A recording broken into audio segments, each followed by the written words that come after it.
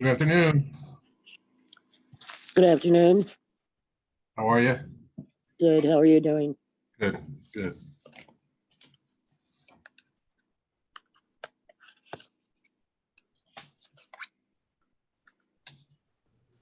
Hey, Loretta. Hey, bud. How you doing?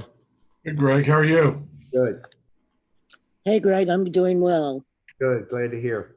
How about yourself? Can't complain. Thank you for attending. I think it's very nice that the FOP has someone who wants to be involved with what's going on before it's a major problem. Yeah, So thank you. I appreciate that, Loretta. I think you're going to see several of our FOP board.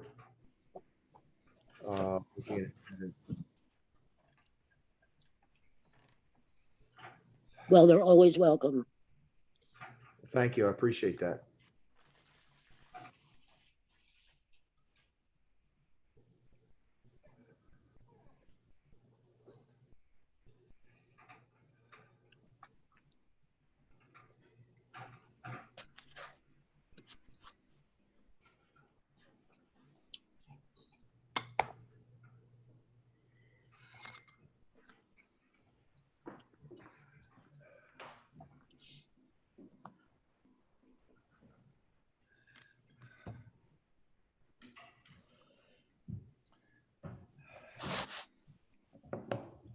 Before we start, I had a quick question. Would I be given 3 minutes to speak? If you want to speak, that would be at the end of the meeting Right. when everyone is given 3 minutes. Okay. Who would like it? That's not every meeting. That's for this meeting. Councilmember Gray requested a time that people could speak on whatever subject they pretty much wanted to, dealing with public safety. So that's being allowed today, Okay. but that's when you have to wait until. Okay. The end. Well, Loretta, let me ask you this. So when we do each ordinance or each resolution, they cannot speak to that specific agenda item? Oh, I'm sorry. Live. We're Yes, actually live, so everyone can hear. Use the Thank chat, please. Thank you. we're live now. We're recording live on YouTube. So do you want me to start the meeting? You can begin right at 5, Councilwoman Walsh. Okay. Greg, I stand corrected.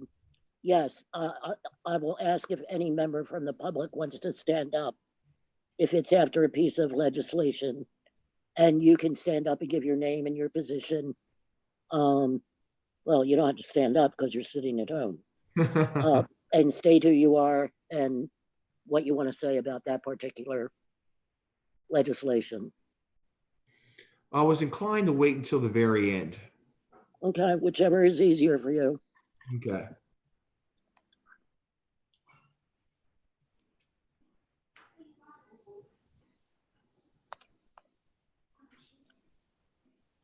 Is Councilmember Johnson here?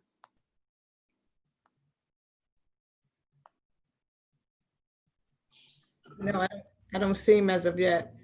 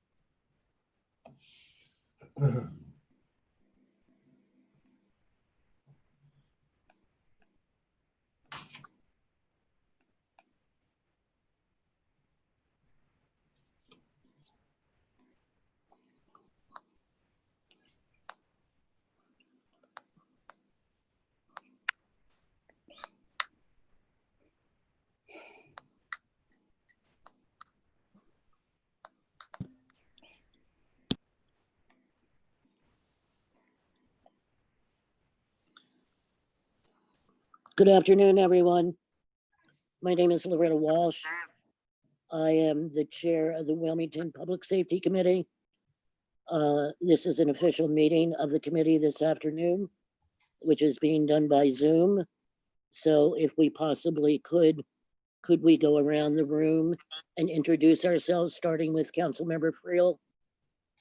Good afternoon, Bud Friel, City Council, 8th District.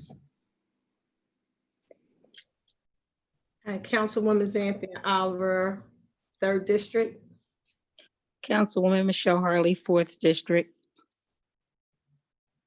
Councilwoman Linda Gray, 1st District. Councilwoman Yolanda McCoy, 6th District. Hanifa Shabazz, President, City Council. Thank you all, and thank you all for participating this afternoon. Councilmember Johnson is running a little late, so we're going to push his legislation back and start with our second piece, which is a resolution concerning the training that the police academy uses. Councilmember Oliver, Yes, this is your piece. yes, Madam Chair. This piece is just responding to the crisis that that has been expressed all over the country. And later I would like it transferred to an ordinance. But it's basically requesting the police department identify bad police officers before they get on the force. Some bad behavior practices, maybe check into their social media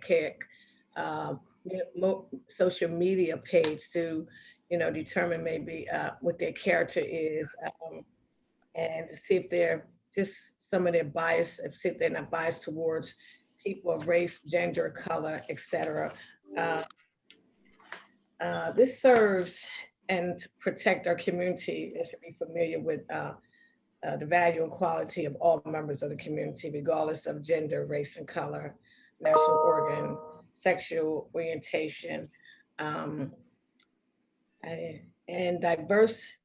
diversity training and programs long-term is essential so that the Wilmington Police Department needs to also become familiar with racist and gang-related symbols that can so they can be maybe rejected during the application period. The Wilmington City Council encourages immediate permanent introduction and use of such programs and standards.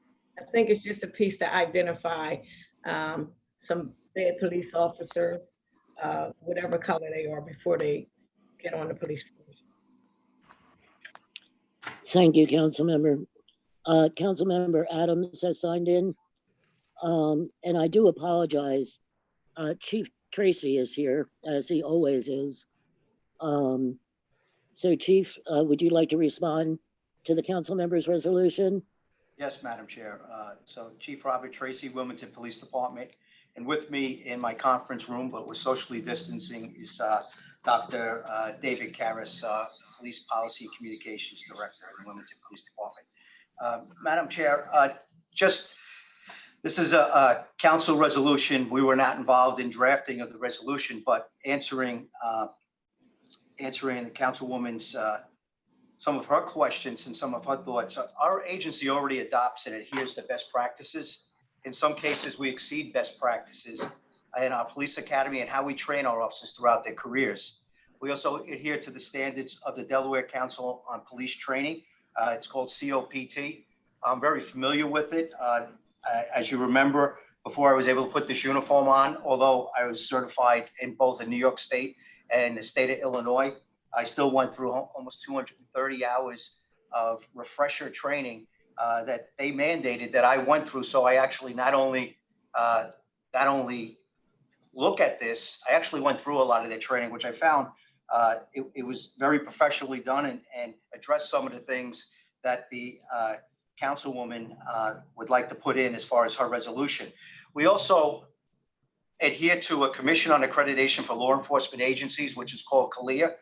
And we're one of probably 500 police departments out of 18,000 in the United States that actually gets this accreditation every year. And we have to adhere to their standards, which addresses a lot of the concerns that Councilwoman Oliver is putting forth in her resolution. We also implement training that some agencies don't have, including training about implicit biases, procedural justice, and police legitimacy. These are police legitimacy and procedural justice and these implicit biases I thought were pretty important when I came to this police department. We had some of the things in place, but I added a couple of layers that I thought were national best practices to identify some of the things that we need to take a look at and how we have to move forward in a police department. So I agree with a lot of things in this resolution, and I look forward to anything that we can do better if we're missing anything. Thank you, Chief. Councilmember Johnson joined us for that entire explanation too. Do any members of council have any questions of the chief? I have my hand raised, Councilwoman Walsh. My hand's Councilmember raised Harley, also. thank you. Michelle. Councilmember Harley? Oh, yes, thank you, Madam Chair.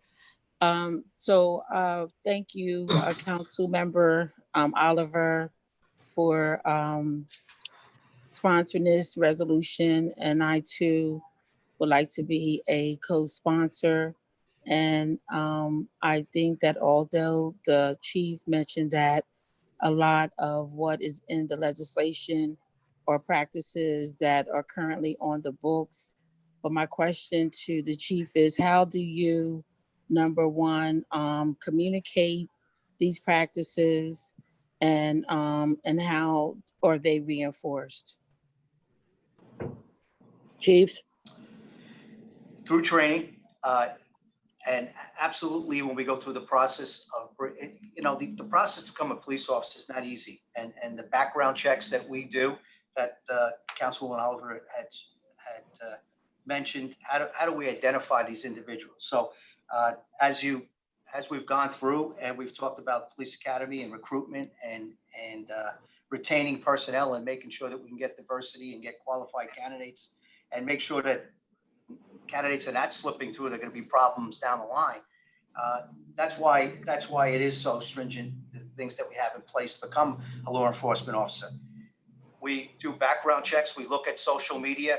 Each candidate is assigned a background investigator once they pass the physical and they pass the written exam. Then they're assigned an applicant investigator that goes through almost 100-page packet as far as what they have to answer, what we're looking at, what they're to release to us as far as we can do our investigations if they want to become a police officer. Once they pass and get to the final part, if they're chosen, we set up a list of the individuals that become Wilmington police officers. Then we have a police psychiatrist that takes a look at each one of them and does a testing model to see if they could see some things in that we might have missed in all of our things, and gives the blessing whether that person becomes a police officer or not, which is independent of the police chief. If the police psychiatrist says that this person is not eligible to be a police officer at this time, that person's taken out of the application process with no appeal from the police department. So there's a lot of checks and balances that are going on, and those are the type of things that we're doing. As far as making sure, Councilwoman Harley, as far as making sure that we continue to stay on top of this, we have things in place, especially at the Office of Professional Standards. It's a case management system called IA Pro. And a lot of police departments now are scrambling to get this type of case management system in an internal affairs that also looks at behavior and accountability of officers and discipline. In it, it actually starts to have things that happen in a certain amount of period of time that red flags officers we might have to take a closer look at to look at their behavior. And when we look at this behavior, we identify what are the issues, and if there are issues that we're seeing that might be about race or racism, it's something we need to address. I have not seen any since I've been here, but it's certainly something that this system can catch. And then once a year, just to stay, to keep our certification up because of the Commission on Police Training, every month, we go through a 6 to 7 hour training period each month for all our officers that's built into our schedules, where we address these things like implicit bias, procedural justice, and police legitimacy, to take a look at our officers and make sure that we're in compliance and continue to make sure that we push through these policies. And, and in the end, having a police chief that's going to make sure that holds people accountable, such as myself.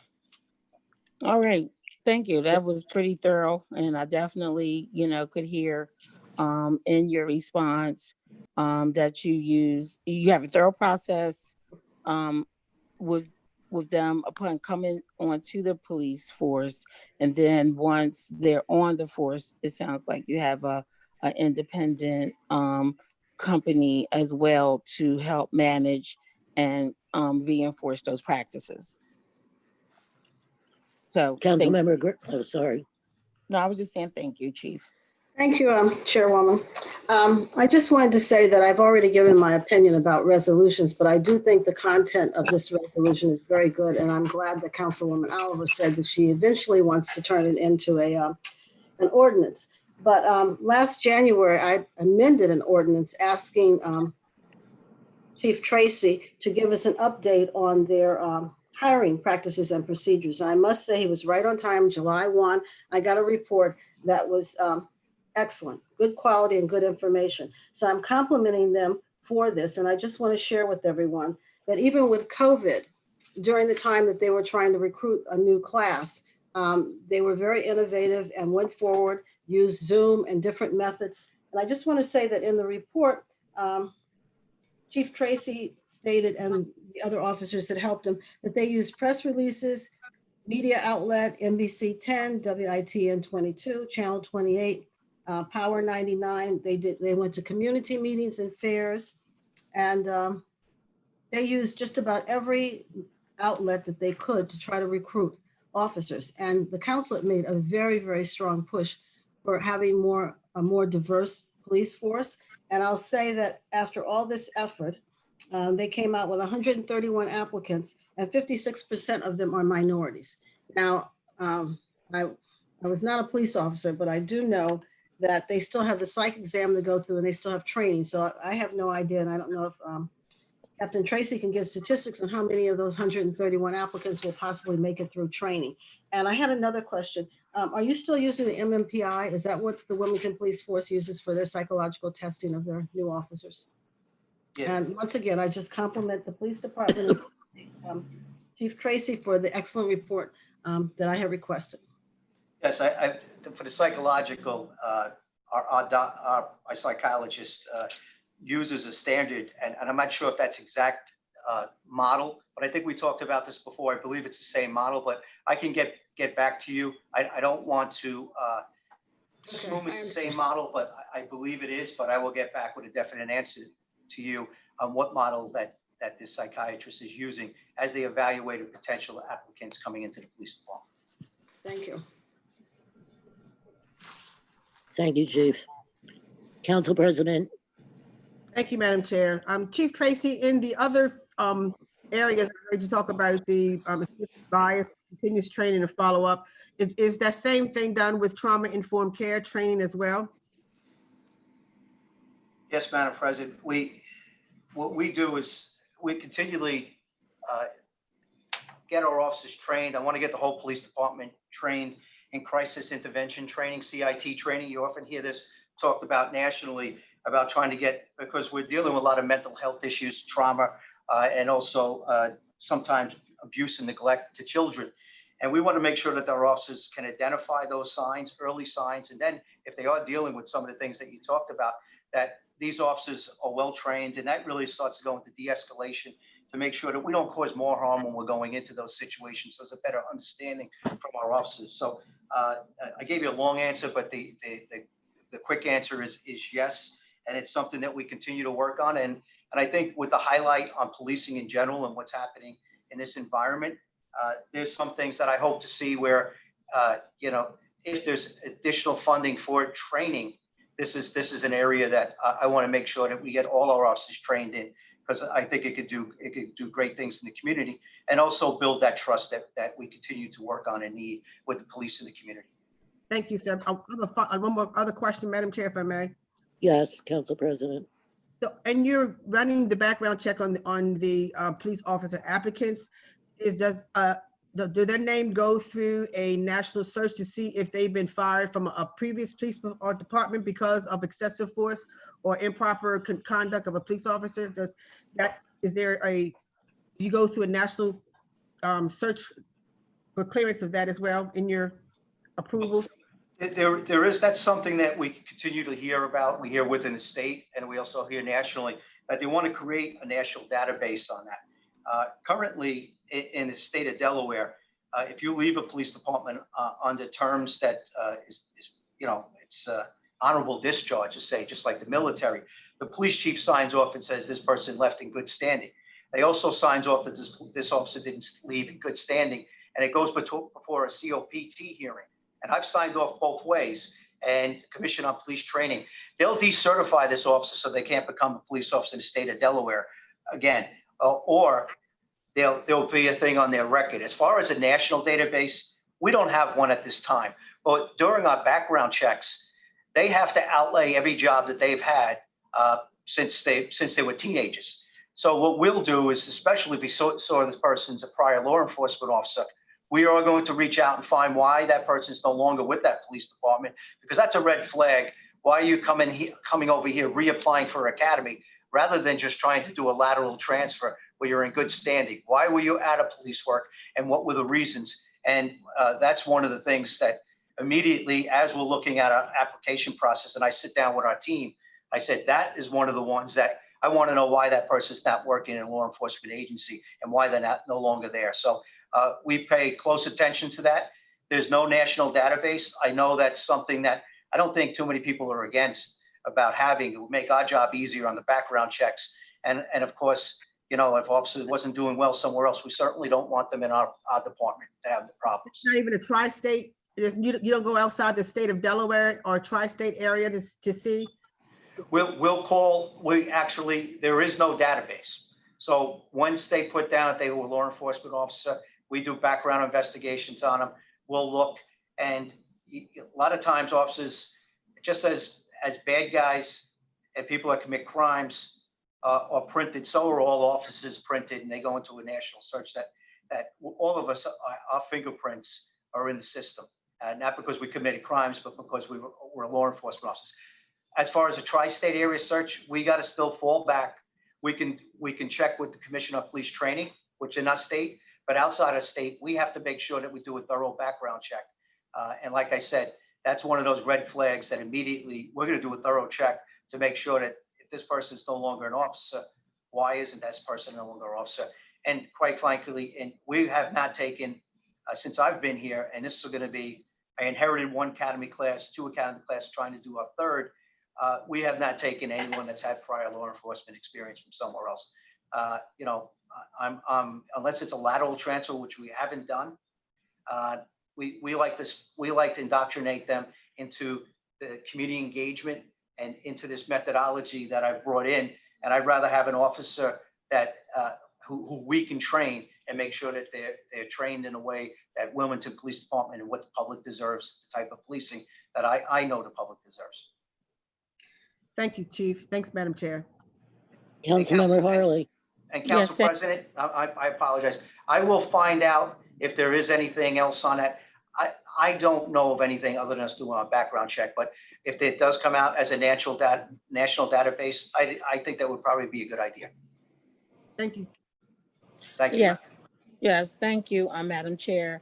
As it relates to Council President's question, one small thought that crossed my mind was if a person applied for a job in another city and just say they didn't get accepted, do you pick that up as well? Because it's one thing to actually get the job and leave for whatever reason, but if they apply and don't get accepted, does that show up somewhere in the application process? That's my first question.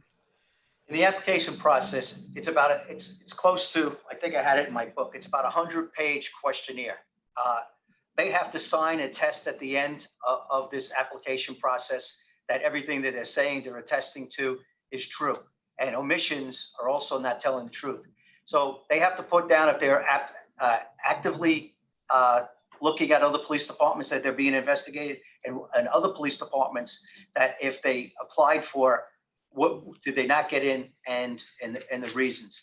Listen, a lot of people can go to other police departments, and just like in this one, we've had a few that didn't make the list the first time. They were actually alternates because we only had so many spots, but you know, we put them down on how they scored, and then they came back the next time. So not all people that don't get into police departments is not because it's anything that's been done bad. It's just that there's only so many slots in these things, and you know what? I don't want to lose those officers as well. So it's not always something bad, but it's something that we look at, and absolutely, if they have to report on this doc, and if we find out that they have applied and they didn't get in, and that comes out in our background investigation, that's going to disqualify them. Okay, thanks, Chief. And then, Madam Chair, my second question was to Councilmember Gray. She had asked about a particular type of process that is used. And I just wanted to ask, you know, what would be the pros and the cons? And Councilmember Gray can send that information to us offline, you know, asking about it. And Chief said that he was going to check into it. And so for myself, I have no idea, you know, as to what the pros would be for a particular system or process, or what the cons would be. So I'm just asking Councilmember Gray if she could just enlighten us a little bit about the process that she asked about. Thank you, Madam Chair. Thank you, Councilmember. Thank you, Chief. The no-knock legislation was withdrawn. Councilmember Johnson, would you like to take over, and we'll start with the white book with you? Yes. Yes, thank you very much, Chairwoman Walsh. This time I would like to, and again, I apologize for jumping around the agenda. I would like to move to item 1, which is Ordinance 20-032. And this is an ordinance authorizing the Wilmington Police Department to publish a public version of the police policies and procedures, which is known as the White Book. This piece of legislation, simply put, it allows the police to be proactive and work with the community to make sure that the community understands what the rules of the road are. So WPD has already stepped up and publicly made available the use of force procedures. They've already put out other parts of the directives as well. So the idea is that we would be the first in state history to do this. And I believe the Wilmington Police Department will continue to be cutting edge. And we need to let the public know just what the rules are. And the exemptions to this, of course, the exceptions are, of course, any policies dealing with the health and safety and welfare of Wilmington police personnel, and also anything which is already exempted under FOIA, that certainly will not be disclosed. But otherwise, the rules of engagement, the use of force, those kind of engagement type policies should be publicly available. So with that, I do have the executive director of the Delaware ACLU, Mike Brickner. I'm going to have him testify briefly as to support for this White Book piece. Thank you so much, Vice Chair Johnson. As you said, my name is Mike Brickner. I'm the executive director of the ACLU of Delaware. Personally, I've worked on police practices previously in Cincinnati and Cleveland on 3 separate Department of Justice consent decree processes. And much of the work that we did was building police community relationships. And really the building block of that is having transparency and for the public to be engaged in positive policing practices. And so with Ordinance 20032, it would authorize the city to publish the Wilmington Police Officers Manual. And we believe that that would be an important step towards informing the public about the practices of law enforcement. What I would encourage the city and the police department to do is then to, once that information is made public, to take that a step further and to proactively engage with the community through public forums and other mediums to get feedback, to generate ideas and recommendations from community stakeholders and our friends and neighbors here in Wilmington about what they would like to see around policing in the city. But making this public is a great first step and an important one towards community engagement. So we're fully in support of this ordinance. Thank you very much, Mr. Brickner. Now, if I could turn to Chief Tracy. I know we've discussed this in previous public safety meetings about the White Book publishing. So, Chief Tracy, where are we right now with this project? And what does the timeline look like? Councilman Johnson, as you already mentioned, we've already begun releasing the policies and procedures with half the chapters now publicly available on our website. June 11th, even before they were published, we made sure that we got the use of force policy out there on June 11th with an announcement coming from myself and the mayor. And so people can see exactly where our policy is and when it was updated in December of 2017. And wanted to make sure that that was out there. Before that, we got that, whatever needed to be redacted. And it was minimal redactions. As you can see, it was probably 3 bullet points out of over a 30-page document. So I wanted to make sure as much could be put out as possible. And there was some more redactions, and I said, just take them out of there because I didn't think it would have harmed our department or the safety, the public or safety of our officers. So I opened up more of that and asked the law department to take a look at it if it's all right. As a result of the effort that we began months ago, we've been working with the law department to begin the process of reviewing WPD policy and procedures manual, performing necessary redactions. We'll continue to make progress in the internal review. We're actively working with the law department and the remaining chapters. We're going to continue to release. We're not going to wait. 4 chapters are out. There's 4 more to be done. I think it's close to about 1,000 pages. So we released what we could. We're in the process now of continuing to redact. Immediately as they're done, we're sent over to the law department, the city solicitors, and then they take a look at it to make sure that we're in compliance with FOIA and make sure that we didn't miss anything or we didn't over redact. And then we come back for final review and then we put it up on our website. So as we continue, we're working on this even during a tough time when it's all hands on deck, when my office is out with COVID. We've had some protests. We've had some other activity that's been going on in these times, but we continue to work on it almost each and every day and try to get that over as soon as possible and to make sure that we can get this out in a timely manner and to follow up what Mr. Brickner says. The more that's out here, the more we can have a discussion and transparency to help build public trust. Okay. Now, Chief Tracy, I have on the text of the ordinance, January 1st, 2021 as a date where the full manual would be released. But is that kind of a conservative date? I mean, realistically, do we think we can get or close to maybe even half out by September? Is that doable? I'm trying to get, if I can get the whole book out by September, I'm going to push to get the whole book out. I want to make sure. Listen, we're putting it out. Let's try to get this done, and then let's make sure that then we can have that overall discussion, that in piecemeal. And I'm not exactly sure. Do you have a date on that, David? That we could probably September, October looks like a date we can get this done, Councilman Johnson. And if something changes, then I'll come back and say, hey, listen, I was too aggressive. And here are the reasons why. But I'd like to get it out as soon as possible. I have a team working on it to get it over to City Solicitor's office to make sure they can do their final review, give back to us so I can get it online. And then just lastly, the actual display? Will it be housed in its own website within WPD?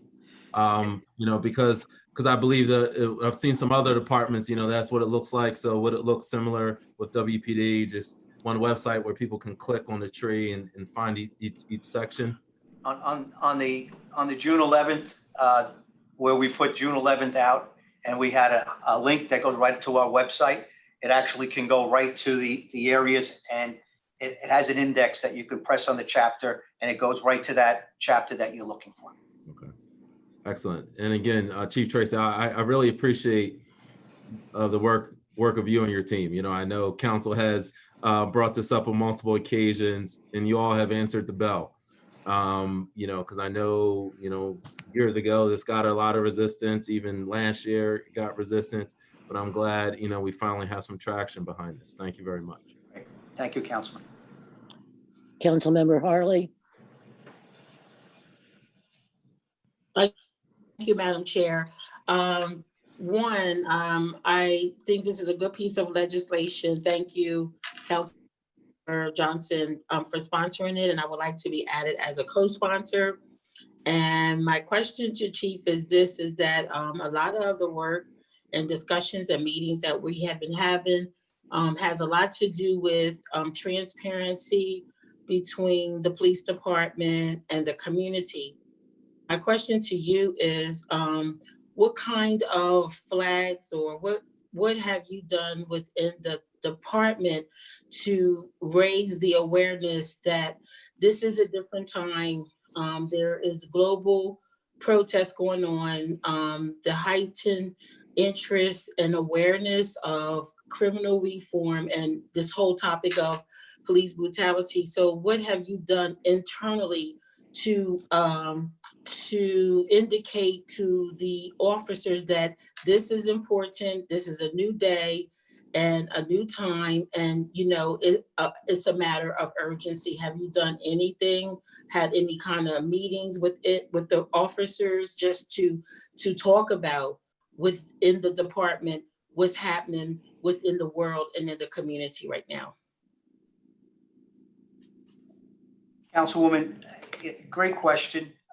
And if I, just to be quite blunt, if I waited until something like this happened in Minneapolis. I'm not hearing anything. Councilwoman, could you hear me? Can anybody hear me? Yes, Okay. Councilwoman. Yes, I can hear you.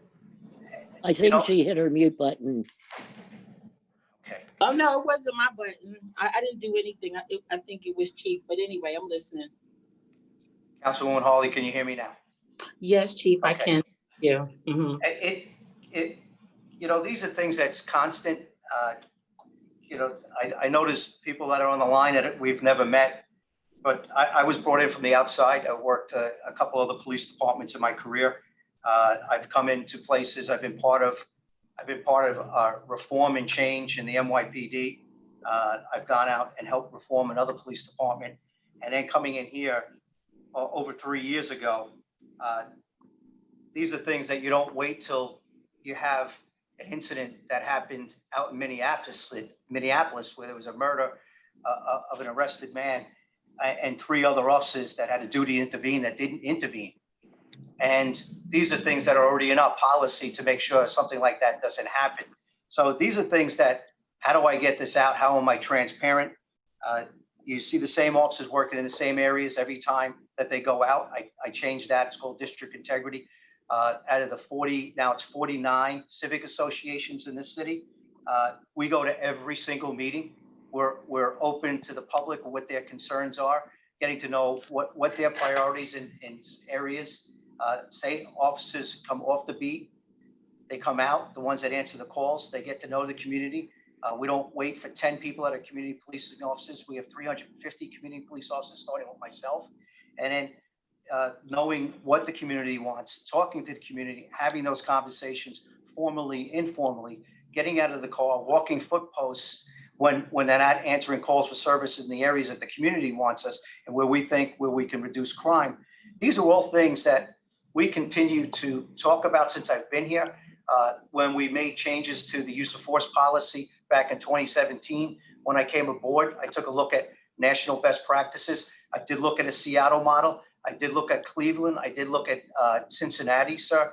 And there's things that I looked at because I even had changes in my other departments that I was lucky enough to have that experience in dealing with that.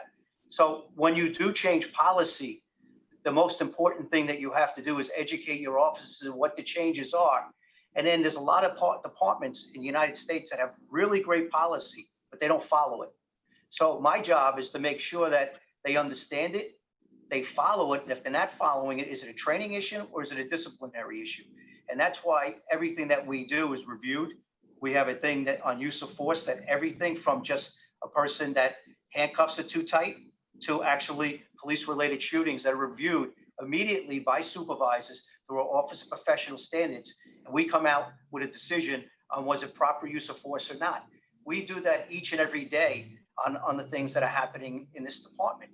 And we educate on when the good thing about this department, where I came from two big, large police departments, is it becomes training issues. So it costs a lot of money for New York or Chicago to train people, especially when they train firearms training, but use of force training. Happy to say, like I started out in the beginning, I had to go through all that training. Very impressed with the state of Delaware, the standards they have in place, because I can look at 3 different places and where we're at with the type of training that's reinforced in our offices, from de-escalation and to implicit bias to procedural justice, police legitimacy. And the one thing I always treat officers, and you've heard me at many, many community meetings, is about respect, respecting the community, listening, staying neutral, and all those things, and getting to know the community with the same officers in the same area, because the best way to build trust is to communicate, but we got to get to know each other. And the biggest thing, Councilman Hawley, is not to meet the public when you're in a crisis, but to already have that relationship before a crisis so we can talk about it and knowing each other. So it's a long answer, but I don't want where it looks like it's a knee-jerk reaction that because of the current environment, what's happened, now we're starting to do these things. Right now, it's too late if we're reacting to it. These are the things that should have been done before. And if there are reforms that we need to make, or as we do reviews and as we put new things in, if we're missing something, I review policy all the time. I review things if we're not doing something right. I come from the outside, so I have a different set of eyes where I see a lot of departments, they train to culture instead of best practices, only because it's not malicious.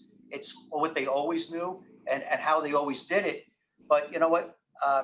I'm changing that and having cultural change and organizational change here only because of my experiences outside. And if I see these type of things or I see something that's not right, I'm going to address it as swiftly as possible and make sure that it's corrected. And then this has already began 3 years ago. And I inherited a very good police department to begin with. And there's just some things where I thought I probably have to change, but naturally police departments evolve. And then as they start to see things, they have to change. And this is not the same type of policing that I started in 1984 and to where I am. And I'm very proud of all the changes that I've been part of for the better and the community engagement to try to make sure that we can build that trust. First, gain trust where we have none, build off it where we have little. And if we do have trust, let's make sure we maintain it and keep it. Well, I do thank you, for that detailed answer. And I'm going to just make one statement and move on. And I think that if nothing else, I think this time that we're living in right now is an opportunity to share or transmit a message that, the police department, just like me being an elected official and all of us on this call, we work for the people. And I'll be honest with you, I think that's a different culture that our police department is used to, showing up. And I know that there is a balance of making sure that they are viewed as the authority to reinforce whatever our laws are or whatever is going on. But I just hope that there is that message being translated to our police department that we work for our taxpayers. Our taxpayers pay our salaries, and I don't always get that feeling even when I'm in the presence of an officer. And I'm not saying that that's not a critique. I'm just making a suggestion in terms of, in your efforts of continuous improvement. That's what I got out of everything that you're saying, that you're continuously looking at ways to improve. I'm just asking that you incorporate that message at some point in time with the officers, that they do work for the taxpayers, and to keep that in mind. Thank you. Council President Shabazz. Thank you, Madam Chair. I too am glad to be responsible along with Councilman Johnson on this important piece. I think it does address what everyone is crying for: transparency and inclusion. And some of your points, Councilwoman Kelly, are very much well taken, and I am also in agree with them. And I was saying how she kind of reiterated that the public needs to know the culture of the police has changed, and the kinds of processes by which you have incorporated into the mode of operation. Quite a lot of it we can see, but because of the climate that we're in right now, and it's, the community needs to just. And in this police reform that we're talking about making, is there collective efforts of making sure maybe representatives from the various factions that would have some say about this at the table while we're making these changes, like the re-indictments that you're doing? That is there any a public eye, a union eye, so that we are making collective agreed upon changes instead of, so we don't get in tug of war about. I mean, that's a sign of transparency and inclusion, that as we're making these reforms, that all the different sectors are included in the action, so that we come up with a good piece that is amenable to all. Council, am I up? That was a statement and a question. It was a question or a statement, ma'am? It was a question. Okay, and so what we've done, I've been invited to a few forums where we've had a lot of stakeholders, even the attorney, the U.S. attorney, a couple of weeks ago had several of the leaders of the protest, had faith-based community, had both U.S. senators, U.S. Congresswoman, police chiefs, all around the table. And, we talked about a lot of the things, and some of the things that the Black Caucus and the state legislature is looking for. The Department of Justice, the Attorney General, some of her ideas. Congresswoman Lisa Blunt Rochester put some of her ideas in there. I also talking to Keith James and some of the other leaders of the protest, and some of the things and their concerns and what they're looking for. So I think collectively we're starting to come together to make sure that you talked about that give and take, and I think if I look right now, I'm seeing a couple of people, a couple of members. First, the president, Greg Ciotti. I could just see on the screen his name's up there. So he's the president of the FOP for the Wilmington Police Department. And I see another member of the board that's up there, and I think they want to get involved. And I think everybody wants to look to make sure that it's balanced, and what we're putting in place is going to work where everybody could be in a good place. That as we do reform, that the type of reform that we're doing has intended benefits, but we got to be careful of unintended consequence that I've seen other cities get into, and it was hard to bring themselves out of, only because of my experience in other areas. And I think that thoughtfulness that you talked about, all the stakeholders having a say in the community, I think is starting to happen. But as we start to put some of these things in place, and some of these resolutions and some state laws that you're going to look at, I think on the bottom line, those are some of the things that need to be talked about. And as we move forward with with some reforms, that it's not a bad thing to continue to look at how we can improve and given that transparency where everybody has some ownership. And I think it's easy to put these things in place and work together. Thank you, Councilmember McCoy. Excuse me, Madam Chair. Thank I think she don't see Madam Chair, do you see my hand up? Who is this? Councilwoman Oliver, called 3 people. Councilmember Oliver, committee members go before non-committee members. Okay, And Councilmember McCoy's hand has been up for quite a while also. I okay, do know your hand's up. okay, no problem. Okay. Thank you, Madam Chair. So basically, one of the questions I wanted to ask the chief was I just wanted to verify that I heard you correctly, that the manual would not be completed until September or October, or is that the time frame that you gave it to be on the online, the link? Yes, that's the estimated time where it's fully completed, but we already have 4 chapters that are already up there for everyone's review. And we're not going to wait if the next 4 chapters, as soon as we complete a chapter or pieces of it, we're sending it right over to city solicitor's office, let them do the review, make sure that we're complying with what we have to comply with. And then once we get the approval, we're putting things up as they come through. So we're not gonna hold off on all 4 chapters. I'm hoping the estimated time, September, October, to make sure the whole book is out. Okay. I have a follow-up. Yes, I just wanted to find out Councilmember. whether or not the council, thank you so much, Madam Chair. Wanted to find out whether or not the other council members or the council members will be given a manual, or do we need to wait until the law department actually reviews for all of the redactions? Will we get one sooner rather than waiting until just to see this, the link, to be able to access it as the public does?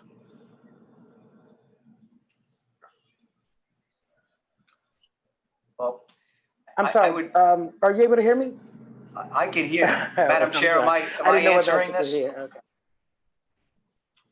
Yeah, well, I thought the answer was, we'll get them when the law department has approved them. Yes. And that is basically when the general public does too, which, as the chair of this committee, I somewhat agree with, because if they haven't been approved by the law department, there could be misinformation being given to council members. So I'd rather they have the full information and the correct information than incorrect information. But I don't want to put words in your mouth, Chief. I was going to go with the same explanation, unless I'm told otherwise. I would defer to city solicitor's office if they want to release. But these are all things that still need to have redactions. So we have absolutely. So we don't have 2 sets of books that are out there.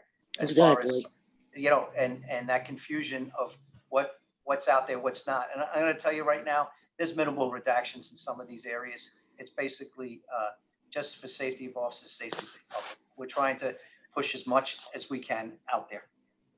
Thank you. Councilmember Oliver.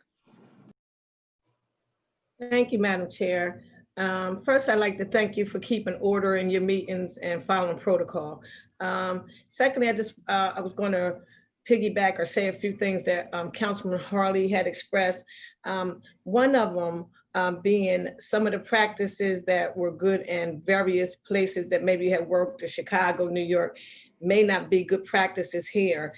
And I'm saying that because one day, Councilwoman Harley and myself was on Pine Street, and I didn't recognize, I recognized 2 of the officers, but neither one of them recognized me. And I asked them, what were their names? Did they know me, didn't know me?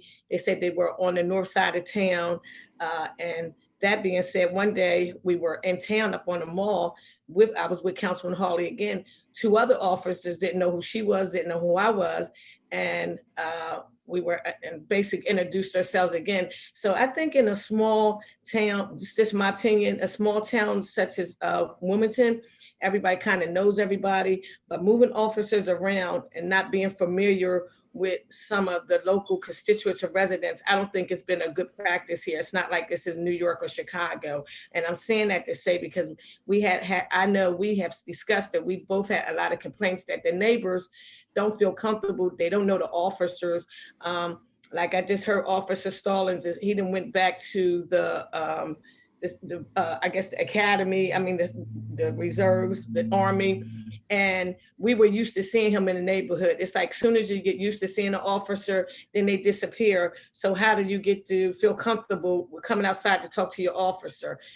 You don't, for a week they're here, then they're on the other side of town. And me personally, as Harley said, the officers are being paid by the taxpayers, and they should feel a little bit more comfortable with their police officers.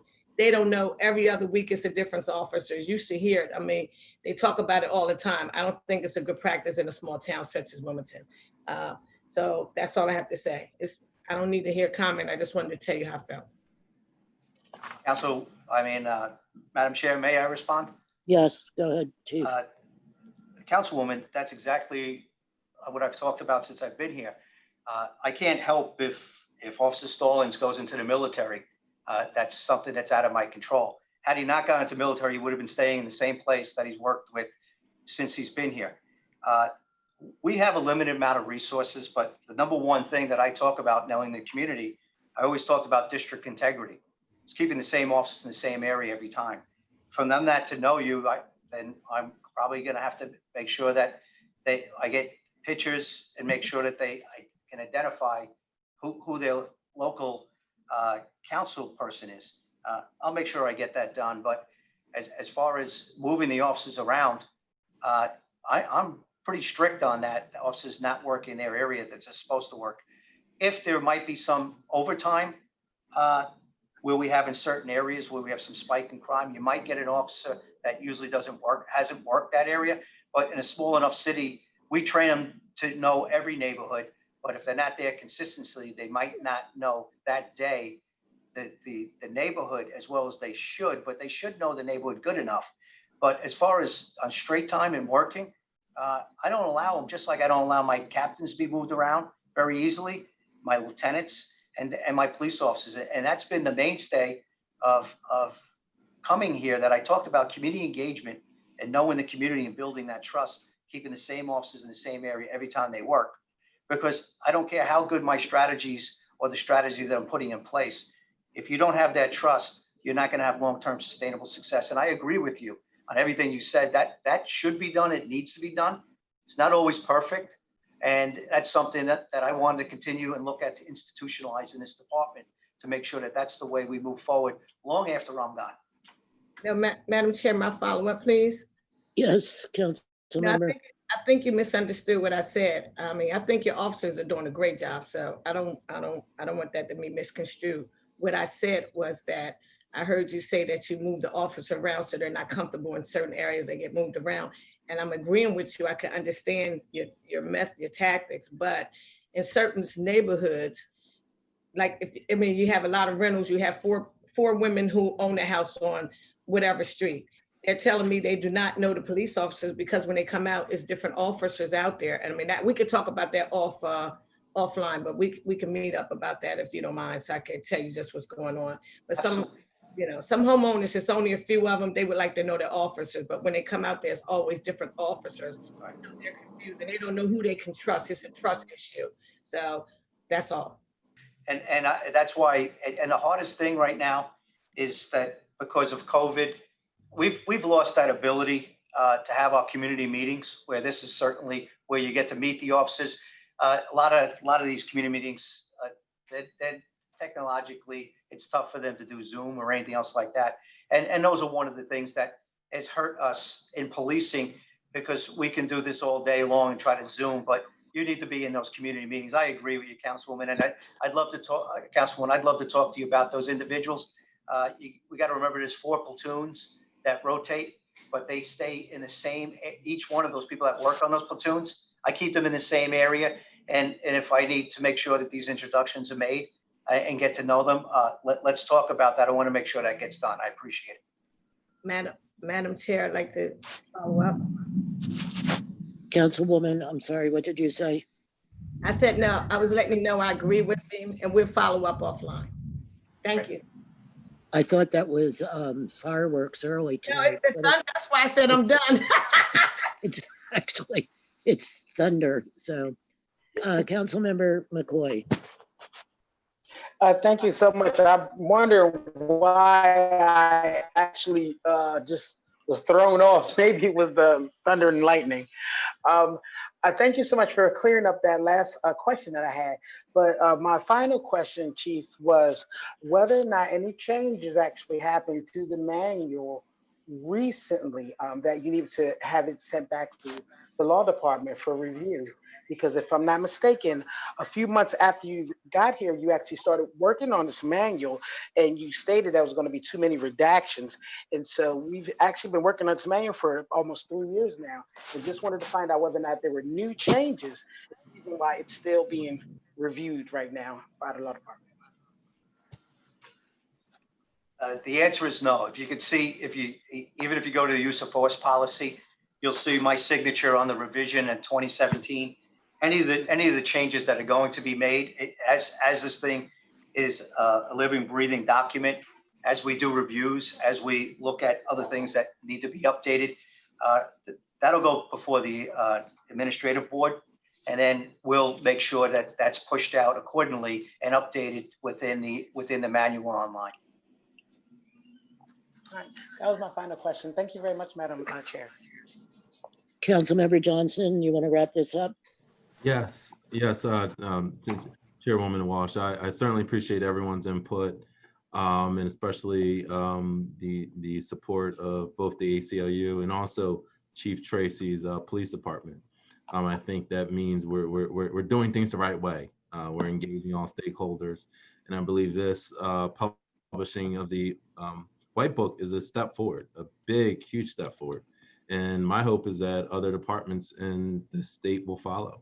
I think the whole entire state, every department should be doing this. So I commend WPD, and with that, I ask for my the colleague support. This is an ordinance, so it does need to be voted out of committee to the full floor. Okay, before we do that, would any member of the public like to make any comments? Greg Ciotti, FOP Lodge 1.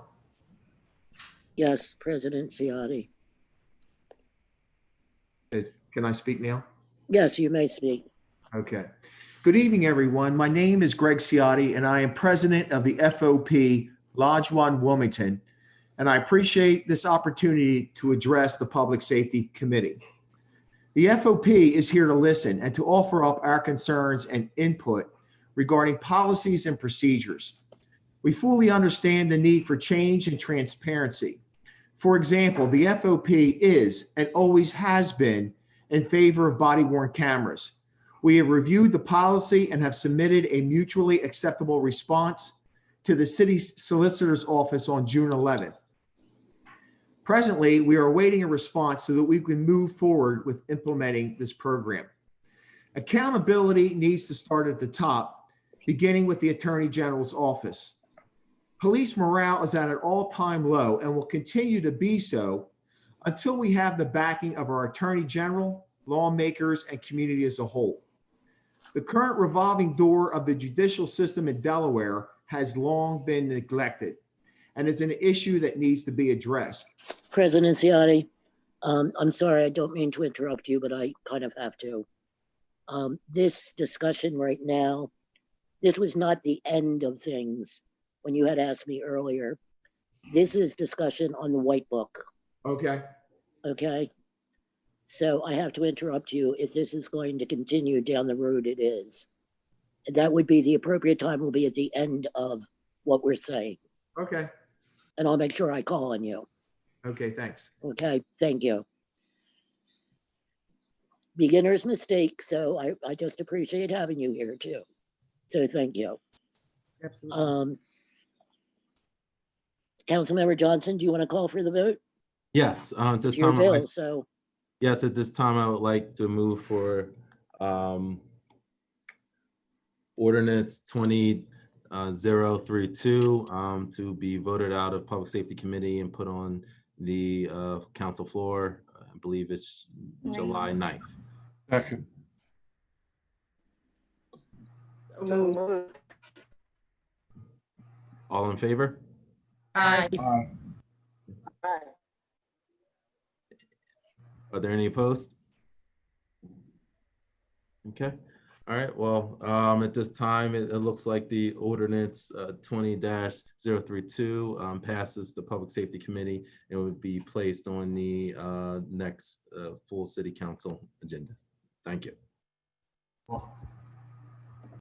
okay, the next resolution is yours also, Councilmember. Okay. Moving on to the next item on the agenda, The next item, in which I'm very important to address tonight, is a resolution encouraging the Delaware General Assembly to repeal the Law Enforcement Officer Bill of Rights. This is a measure aimed specifically at a part of our Delaware Code in which many citizens didn't even know existed probably 2 months ago. That is Title 11, Section 9200. And what the law, in short, on the basic level, what Law Enforcement Officer Bill of Rights is, it's a piece of state law that was put into place over 40 years ago that added an extra layer of protection to law enforcement officers. It realized the difficulty in the nature of their job, and it added all these extra protections. But what happened over time, more and more protections were added, more and more protections. And similar to the crime bill, in 1994, that we've all recognized was a mistake. We're now starting to recognize that the Law Enforcement Officer Bill of Rights was indeed a mistake. And that is why Delaware is one of the slim minority of states that even has one. Delaware is only one of 14 states that still has a Law Enforcement Officer Bill of Rights. And what the effect of the Law Enforcement Officer Bill of Rights is it shields the public from knowing anything that's going on with any kind of police investigation. And in short, it severely hinders police accountability, also trust between the community. When every single time there's an incident or questions, there's a myriad of ways in which the information does not get out. And which I'm looking, if we look to our neighbors, New Jersey doesn't have one, Pennsylvania doesn't have one. And those police systems work pretty well. And so I believe Delaware needs to be in line with making the changes, entering the 21st century, and realizing that other balances in government protect confidential information. We have a very strong Freedom of Information Act in Delaware that protects all public employees. So similar to that, we believe that is more appropriate for law enforcement officers. There's no teacher, a Bill of Rights. There's no sanitation worker Bill of Rights. There's no other types of first responder Bill of Rights. Specifically, law enforcement was carved out. And again, it realized a need, but I believe it went too broad, too much, and it leads to the problems that we have. It leads to why we have the protest. It leads to why reform is needed now. So with that, I would like to kindly call on Mike Brickner again from the ACLU Delaware to explain his position regarding the bill. Thank you so much, Vice Chair Johnson. And, our initial concerns with the Law Enforcement Officers Bill of Rights are very similar to the reasons that we were in favor of the past ordinance, which is really one of transparency. That, as you mentioned, the Law Enforcement Officers Bill of Rights in Delaware state law really provides blanket exemptions from public records laws. Many records and documents about police misconduct and the investigations that go into them. And, that has a real detrimental effect on police community relationships. That our community has to have trust that government can properly investigate and discipline officers when they are engaged in misconduct. And even if these misconduct hearings and investigations are going absolutely perfectly according to the book, the public doesn't have the information to check up on that and to feel confidence that that's happening. And so you really can't build accountability and trust without transparency. And so we believe simply on the transparency pieces that this is really, really important for us to address on a state level to ensure that we have strong police community relationships. But beyond those transparency concerns, there are also a lot of due process issues. Again, we as the ACLU, we have been around for 100 years and vociferously defend people's due process rights and equal protection under the law and right to not self-incriminate oneself. And that goes for law enforcement officers as well. But the Law Enforcement Officer Bill of Rights takes what are the rights that are guaranteed under the Constitution and then gives law enforcement officers additional special rights that then make it even harder for them to be held accountable for when there is misconduct. And so what we see then is this perfect storm that creates this mistrust, a system that is stacked against holding officers accountable when there is misconduct, and then the public not knowing what's actually happening in the system and there not being any transparency with it. So I greatly appreciate the Public Safety Committee looking at this. I do realize it's a state law that needs to be repealed and revisited.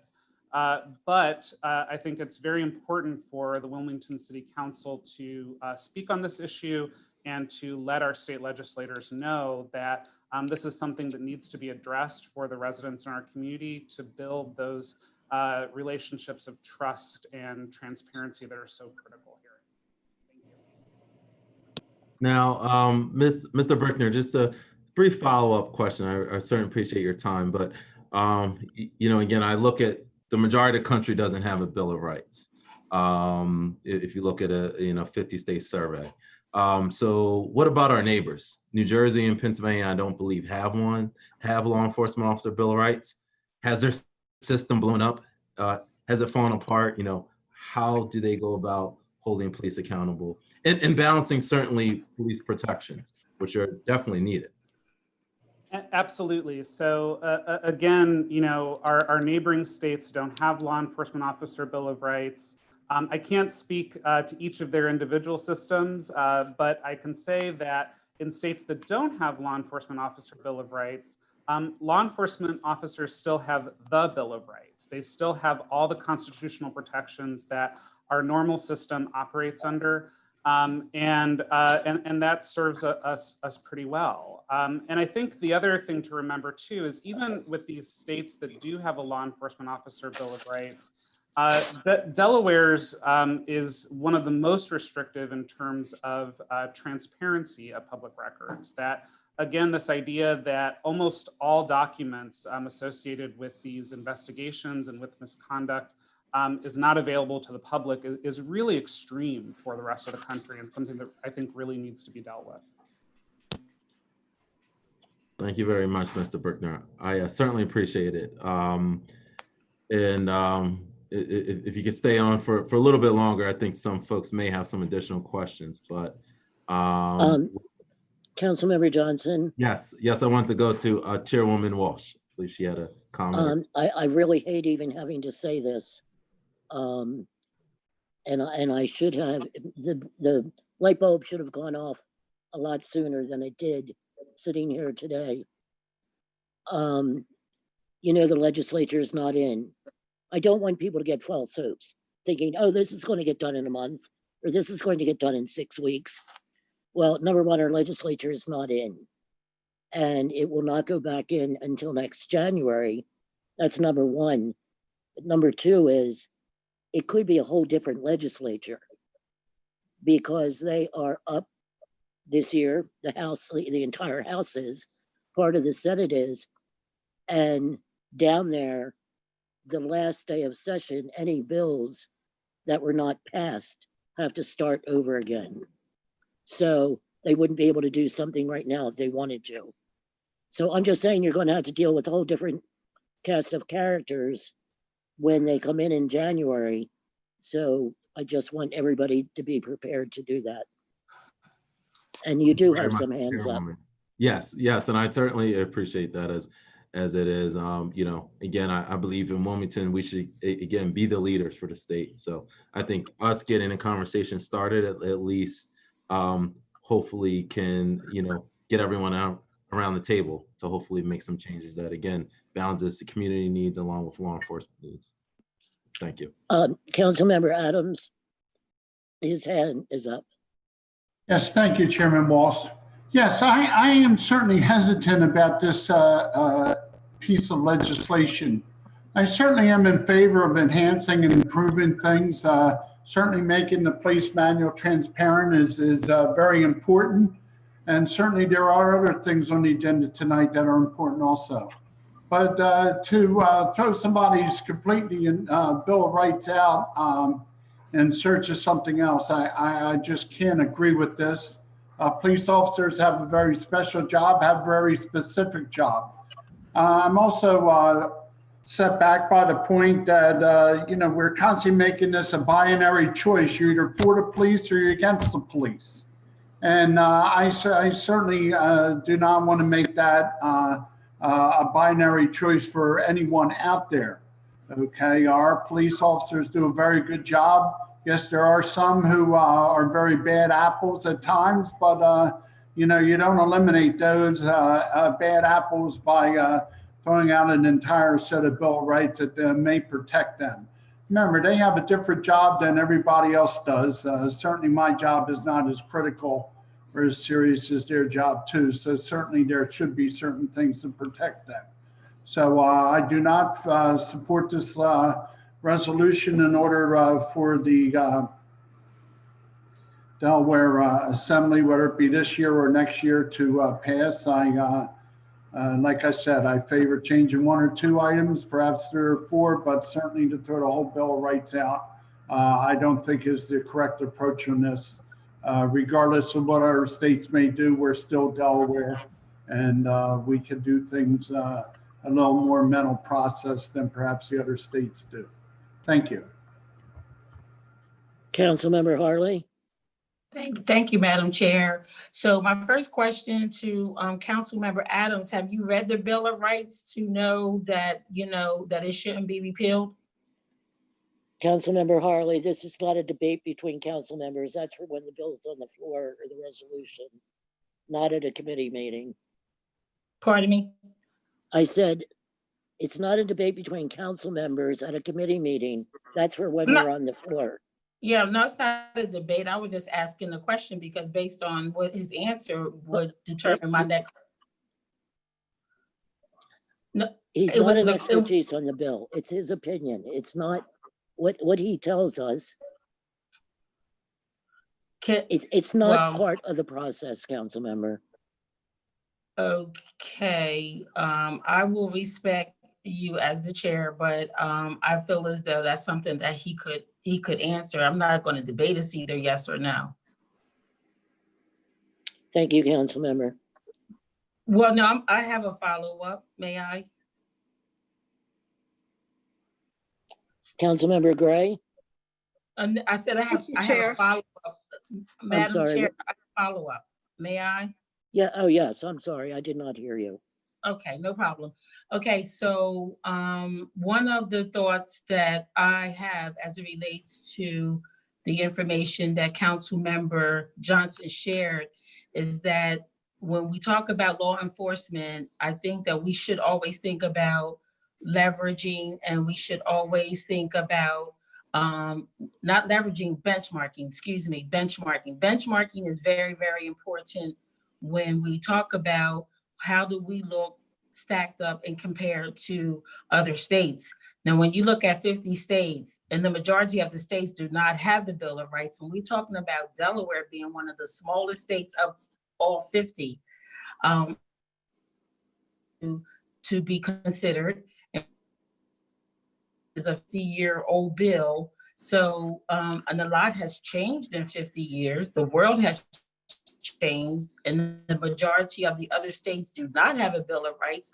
I strongly support the fact that we probably need to repeal this, especially if this has been one of the reasons that has created a society where we are today. If the Bill of Rights has a lot to do with that, and we're talking about criminal reform and trying to move the needle in a positive way of police brutality, then I think we need to remove all those crutches that allow and encourage and support the bad guys. If you're a good cop, you're going to be a good cop. You're going to be a good cop.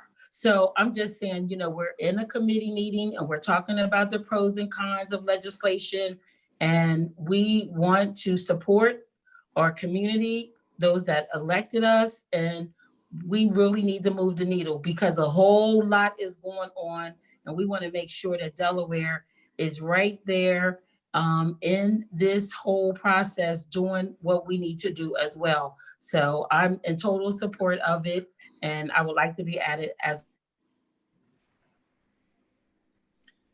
Councilmember Gray. Thank you, Madam Chair. I would like to say, once again, we have resolutions. This is a small state. I think almost everyone knows their senators and their legislators. And rather than making a piece of paper that they're probably not going to pay any attention to, we need to talk with them. We need to express our opinion. And we're talking about the legislators repealing a law where the Speaker of the House is an ex-police officer and the head of the task force is a retired county police officer.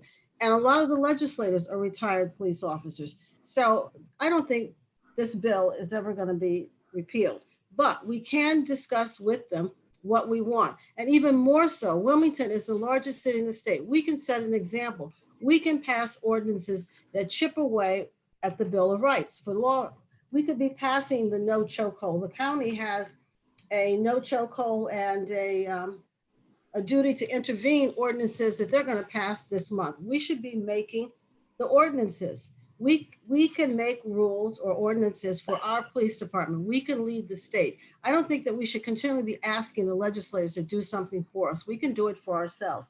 And there are other things that I've been pushing for transparency and open government since I've been on council. And there are other areas of the law enforcement Bill of Rights that are also very troublesome. One thing is that they have to be told before they're questioned what they're being charged with. The public can be held for, I don't remember now, 24 or 48 hours without ever being told what they're charged with. That is total mistrust. That is total difference between how the public is treated and how law officers are treated. Why can they not be questioned before they know the charges or why they're being questioned, when they can hold someone and question them repeatedly, the police may, and never tell them why they're being held? So there are little things like that that are in the Bill of Rights that definitely need to be changed. But I think we need to change them as ordinances for our police department rather than waiting for Dover to do it for us. Also, Mr. Brickner had stated that these things are in the Bill of Rights and that they have been spread to police departments throughout our state. So that's the reason I'm pointing out that we can do it, piece by piece for our police department, rather than waiting to try to get the Dover legislators to repeal this whole bill, which I don't think is going to happen anytime soon. So that's my comment about that. Thank you.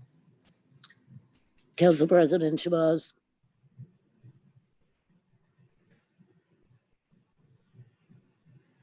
Council President. I'm sorry, I didn't have my mic off. Again, thank you, Councilman Johnson, for, again, another piece of legislation that I also am glad to be a co-sponsor of, and encourage our council members, even though it might not be I think we are speaking as the legislative branch of government to the state about what we need them to do that does have oversight of what we do here as a city. And it's definitely sending them the message that this is what the legislative branch of government, feel needs to be done as we continue to provide legislation and laws over what we have the purview to do. This is something that the General Assembly has to do, and the only way we can get it done is through a resolution to them, encouraging them to do so, and know that the largest city in the city of Wilmington feel this is the best thing for its constituency. So yes, we are chipping at it one piece at a time, and the fact that it does, one of the things that I'm glad that it does is I know, if I'm correct, and please correct me if I'm wrong, that sometimes when a officer's a complaint is done to a police officer, is put into their personnel file, and if there's a case against that officer, you're not able to, the defendant is not able to see that information because it's not foilable because it's in the personnel file. So that's something that, again, allows that transparency and inclusion and builds that trust that there's no hiding of what's happening by putting it in the personnel file rather than putting it in the files that are accessible by FOIA and able for a defendant's attorney to be able to see. So we are chipping at this, this big piece of cheese in the middle of the floor, one bite at a time. because it is a big bite, and we do want to make sure that the legislative changes that we make do not take away what's necessary for the police officers to do their duty, which is to deal with the hardest part, is to protect and serve. I'm glad that we're moving forward with this. We do know the timeline and how important it's going to be, but and it's possibly going to be a struggle. But anything worth doing comes with a struggle. So I'm glad to be a sponsor of this, and I look forward to continued conversation with the General Assembly, with the FOP, and everyone, so that we're making good policy that doesn't create peace of mind for one and cause havoc and stress for another. Thank you, Madam Chair. Councilmember McCoy. Thank you, Madam Chair. I just want to commend Councilman Johnson for actually putting this legislation together.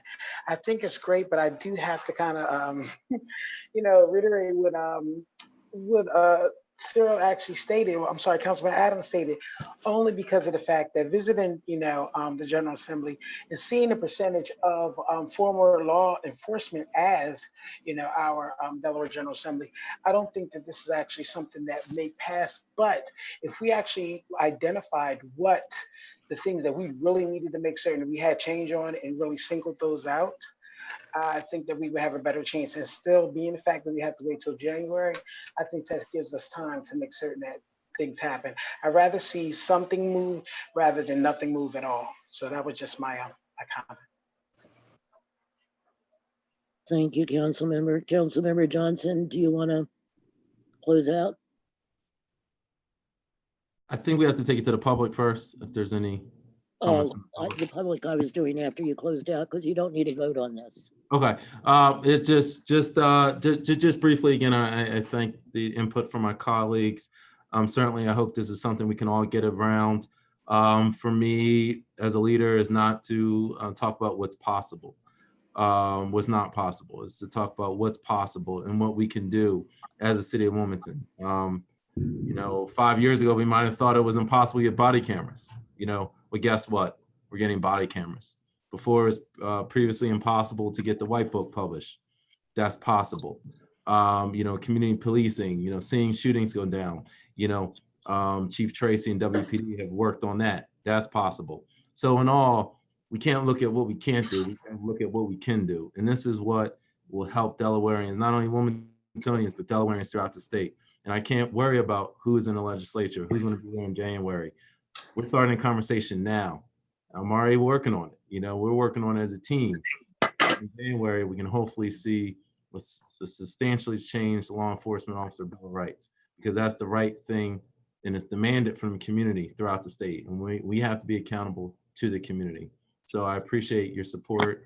I hope to have everyone on council signed on as co-sponsor, if possible, as it goes forward. Thank you. Thank you, Councilmember. Would any member of the public like to say anything?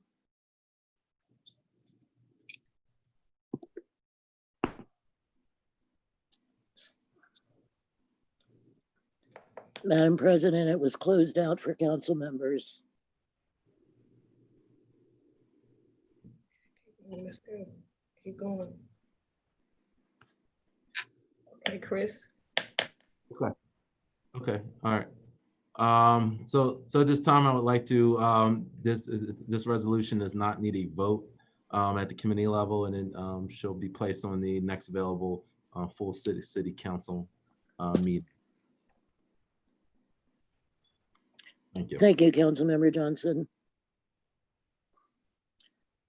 Okay, we will go to our open 5-minute mic.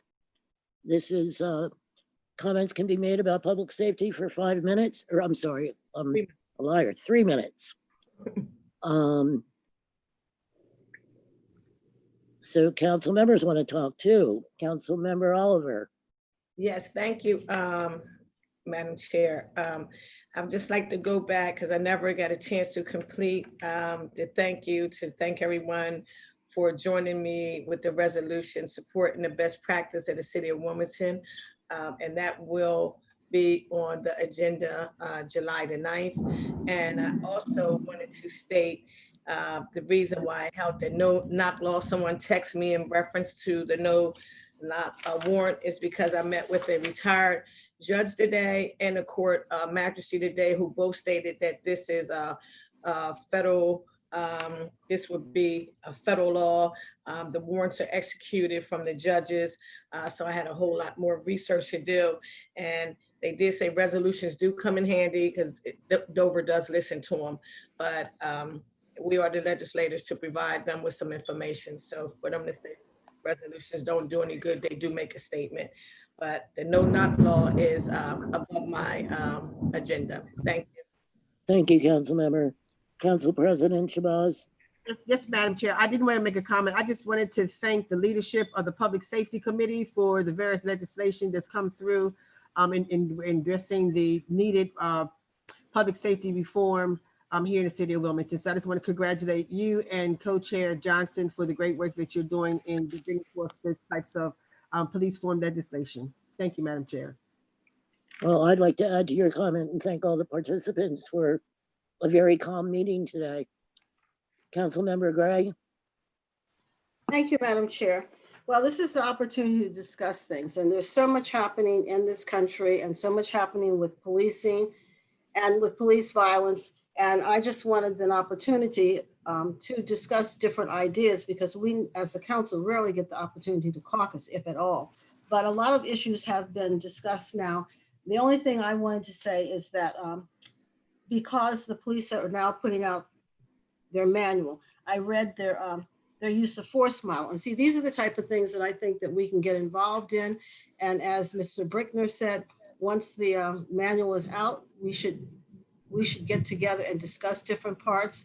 And like Councilwoman McCoy said, we need to let our priorities be known, which parts of the manual we think are harming our citizens the most and what we want changed. And rarely are council members in on these discussions of what's coming forth. Most of this legislation I found out the same time the public found out. We were not in this discussion.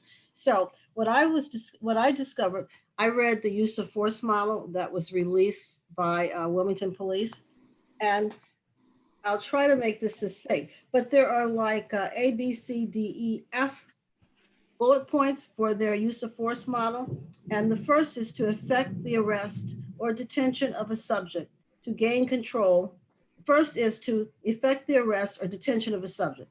The second level of the use of force model is to gain control of a combative subject. Then there's C, D, E, and then E is to defend or protect an officer or independent from the violence or resistance of physical acts of another. And the last one is to protect a person or officer who is in danger to himself or others. Well, I found out that other cities like Chicago, Baltimore, and Philadelphia have changed their use of force model. They are going to the presumption of life model, which means you would almost reverse our use of force model. The first one would be to protect a person who's in danger to himself or others, rather than to effect an arrest or detention of a subject. Now, I've never been a police officer, but I work for the Department of Corrections as a probation parole officer, and I was a member of FOP Union for about 20, 25 years. So I was trained in a lot of the police tactics, not all of them. Things have evolved, and we didn't do the same thing as the police. We also had the ability to go into a house without a warrant. We didn't even have to have it signed by a judge. So I know about a lot of these things, and we were covered, or I was covered under the Policeman's Bill of Rights. But a lot of changes are necessary, and what I just gave you as our force of use model, we could discuss, bring the public in, and possibly reverse it and go toward where other cities are going, where we value life more than we do for an arrest. I mean, why should you get killed because you passed a bad $20 bill? I mean, you can be picked up later once the police realizes who you are. Some of the things that happened to people like Jeremy McDowell's and Bambi in Wilmington a long time ago were because the police were trying to effect an arrest. But to all of us, or to most of us, I don't think the arrest would rise to the level of losing your life. So if the force of model, if the use of force model was changed or discussed, then maybe some lives could be saved.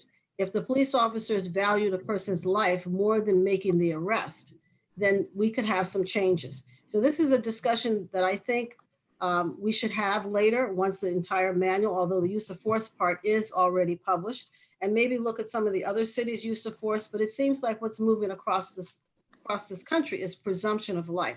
The priority is to save a life, not to get an arrest, not to stop the crime unless someone's life is in danger or the police officer's life is in danger. So I would just like people to consider that. One other thing is that there are many different ways to solve a lot of these problems and to address a lot of these problems. And people are forming a lot of task force and a lot of committees. I just want people to be woke. A lot of committees have no power. They just discuss and look at things. I think we're at a point where we know, or we think we know, what we want changed. And sitting in a committee that has no power going forth, it just makes recommendations, isn't going to move the needle. We need committees that are going to have legislative enforcement, some power to change things, not just to continue to discuss things. They should have an agenda and a time period to get something accomplished. So just be careful when committees and task force are formed, and also look at who's on them. Because I'm from originally a much larger city, and I find here in Wilmington— Councilmember, wind up. Okay, the same people are on the same committees years and years and years. We need new people. We need to go down to the resident level, to just regular Wilmington residents, and put them on some of these committees so we can have their input. Thank you, Madam Chair. Thank you, Councilmember. Councilmember McCoy? Thank you, Madam Chair. I just had a statement, or a comment rather. And I just wanted to state that I was actually very pleased to hear that the mayor had decided to move forward with the body cameras. After reading the press release, I am sure that most of the residents of the city are in favor of this decision as well. I just want to state for the record that the thoughts on the body cameras may have been unanimous if all council had been contacted before the release had been constructed. So I just wanted to state that I expect to have that vote in that for the budget, the ordinance for the budget amendment to take place before we actually have to do our primary. So I just wanted to make certain that that actually went out there, because we've had some conflicting views before when it comes to how our budget is constructed when it comes to body cameras. So if this promise has been made, I just want to make certain that we hold to it. That's all. Thank you, Councilmember. Councilmember Harley? Yes, thank you, Madam Chair. I just want to applaud Councilmember Gray for her comments. I think, they were spot on, very well said, as it relates to us really coming together and really spending time to really make the real changes that are needed. We are at a time in history, and I know it may sound like, okay, but we really are at a moment in time where it is time for us to make a lot of the changes that need to be made. And I just want to say that I'm all for protecting our police within reason, but not at the expense of not protecting our taxpayers and the people that elected us. So I wanted to be clear on that I am not, on no witch hunt to take down the police officers. No way, not at all. We need them. I appreciate them. I respect them. And for the most part, they are doing a good job. So I want that to be on the record. And I want to say that, in the presence of our chief, but there are some real changes that really need to be made. And now is the time for us to do them.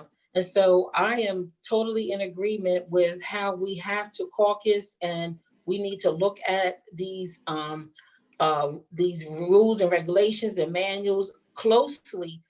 This is just the first step, because once they get posted, then I feel as though we need to look at what's posted and consider what we possibly may need to change. So I'm really glad that we're at the point where we are. And I want to say for the record that I'm glad that we are moving forward with the body cameras.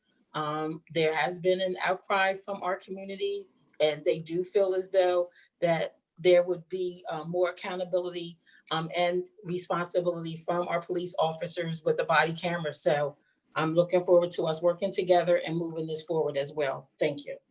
Councilmember Johnson? Yeah, so I do want to make this short as the evening is going on. I obviously, I want to echo the sentiment comments of Councilman Harley and my colleagues in regards to, now is not time to sit around. We have to not make just tweaks, but we do have to make changes to just change how the system runs. Because for hundreds of years, it has not run effectively. So with that, I do want to hit on one small thing. Chief Tracy, I wasn't sure, Chairwoman Walsh and I have had many discussions over the past few weeks about this, as with our colleagues. What's the city's comprehensive plan for fireworks right now? Just an abbreviated version, can you elaborate on what the approach is and how WPD is approaching this issue, which we've been seeing citywide, and as well nationally? I know it's an issue as well. Madam Chair, I'm not sure. It was my understanding to be in compliance with FOIA. And this was public comment, or did you want me to comment? There are no questions to you, Chief, during public comment. These are statements, not questions. Yeah. I just want to, I can always answer that question, but Chief, if you answer one, you have to answer them all. So Right. leave it alone. Thank you. Okay, So- thank you. I'm sorry, Councilman Johnson. There's no problem. I just wasn't sure the exact format, but I know I have had discussions, and hopefully soon, we can make it publicly available what the city strategy is, just because we obviously have been getting calls about that. Because again, this is why our first responders are needed, because I know there's a significant fire hazard, and it's terrorizing not only citizens but also pets are very traumatized by these events. So No, I agree with you. I agree with you 100%. Next Yes. month we'll have answers, questions and answers. Yes. Thank you, Councilmember Johnson. Thank you. You are doing a terrific job on this committee. Vince DeSabatino. Mr. DeSabatino, member of the public.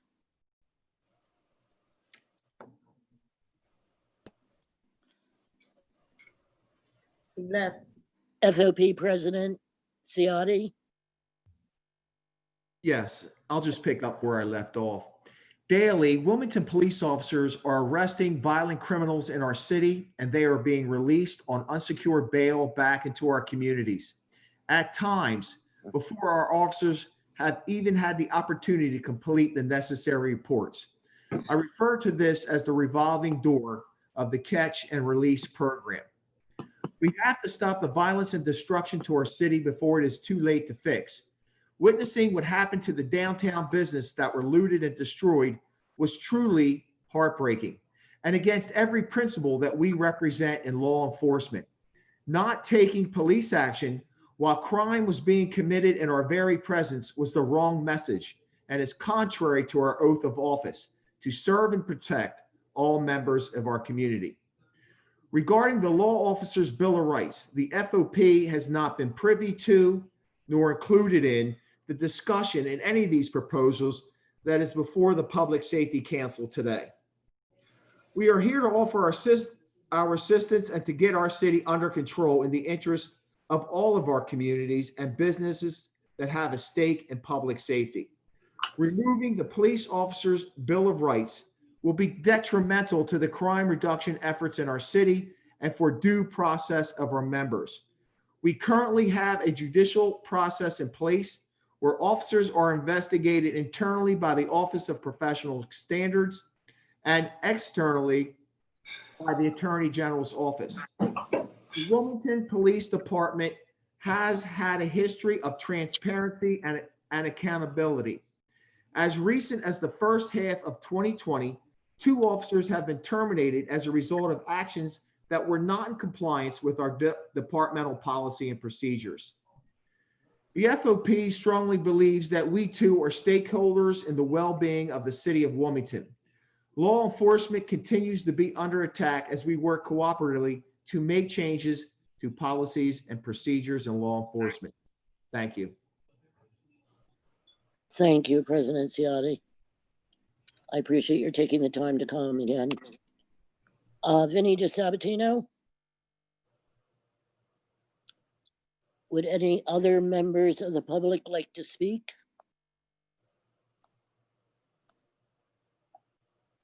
Seeing Mr. DeSabatino, are you sure you don't want to speak?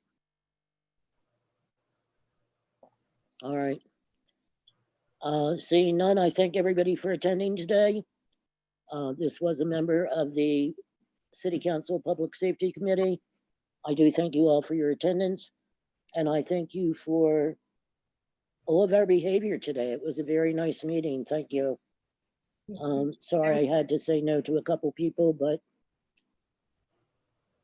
they're the rules. So may I have a motion to adjourn? So moved. Second. Thank you all. Have a safe night. Thank you. Good night. Good Bye. night. Thank you. So that Hamlin Hall, did you hear her? Thank you, Captain Ciotti. Thank you.